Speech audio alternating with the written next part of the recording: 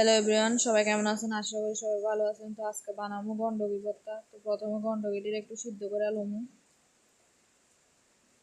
সিদ্ধ করে নামাই এলাইছি। তো এবার এটির একটু বাইটে আলামু। তো আপনারা বাটলেও বাটতে পারেন, আবার মিক্সারও করতে পারেন। তো এটির লগে একটু রসুনও বাইটে লাইছি। তো এবার শুটকি দিয়া এবার এটিরে বোয়ামো আবার।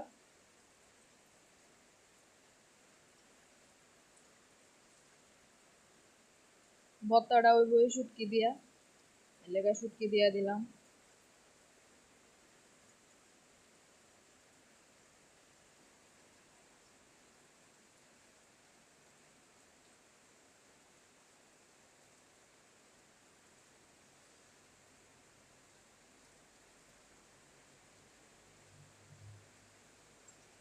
তো এবার লবণ, মরিচ, হলুদ সব কিছু দিয়া এটিরে একদম টানাই এলাম, একদম শুকনা শুকনা করে এলাম।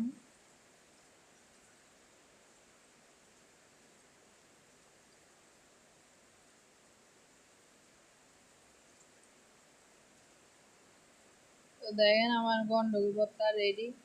আর আজকের তরকারি হয়েছে শসা দিয়ে, আলু দিয়ে, মাছ দিয়া আর গন্ডগি ভর্তা। আর ভিডিওটা ভালো লাগলে লাইক কমেন্ট শেয়ার করে দিন। সবাই অনেক অনেক ধন্যবাদ।